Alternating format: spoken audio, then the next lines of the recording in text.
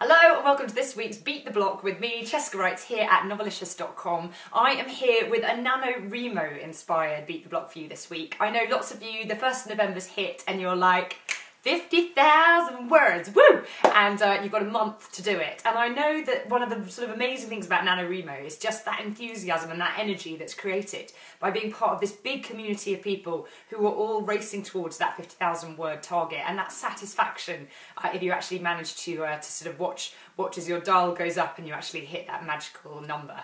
I think, obviously, as everyone always says, NaNoWriMo is a great time to get a first draft down or just to write without really sort of editing yourself, and I think that's why it's such a fantastic thing to do. So even if you're a bit sniffy about it, no one's pretending that they're going to create a polished book in a month, but a lot of people probably need that focus and that excitement, I suppose, to get themselves really going. So I think it's an amazing thing, and I think we can take a little bit from it. Targets, being part of a community of people, tell people what you're getting up to, tell people what your aim is for the day, even if you're not doing NaNoWriMo, so that people can check in on you and be like, have you done it? And I think the other thing that is really important is just that everyone needs sort of the satisfaction of getting words down and the feeling that they're actually getting somewhere and moving on. And I know when I interviewed Danny Wallace, he had a very simple reward scheme where he sort of wrote himself a pie chart, split it into 4, and then every 20 minutes, I think it was, he used to reward himself with just a treat, or every 500 words, I think it was. So if it's time or if it's words, whatever it is, you can just stop, give yourself a little reward and move on.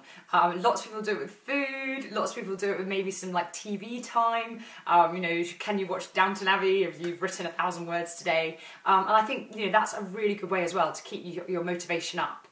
Also, if you don't have a clue sort of what you're writing, I think that, it goes back to the writing prompts that I did a couple of weeks ago. You just have to start somewhere, and I think with NaNoWriMo, it just gets you going and it gets you thinking, I've got to hit that word count. So you're exploring different ideas and you're being a bit adventurous about your writing.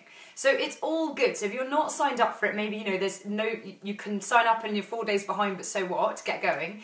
And if you aren't really a fan of it, I think that no one's pretending that we're all producing sort of edited books at the end. But anyway, it's a NaNoWriMo inspired Beat the Block. It's one just to say, woohoo, get yourself writing, and I'll speak to you in 2 weeks' time.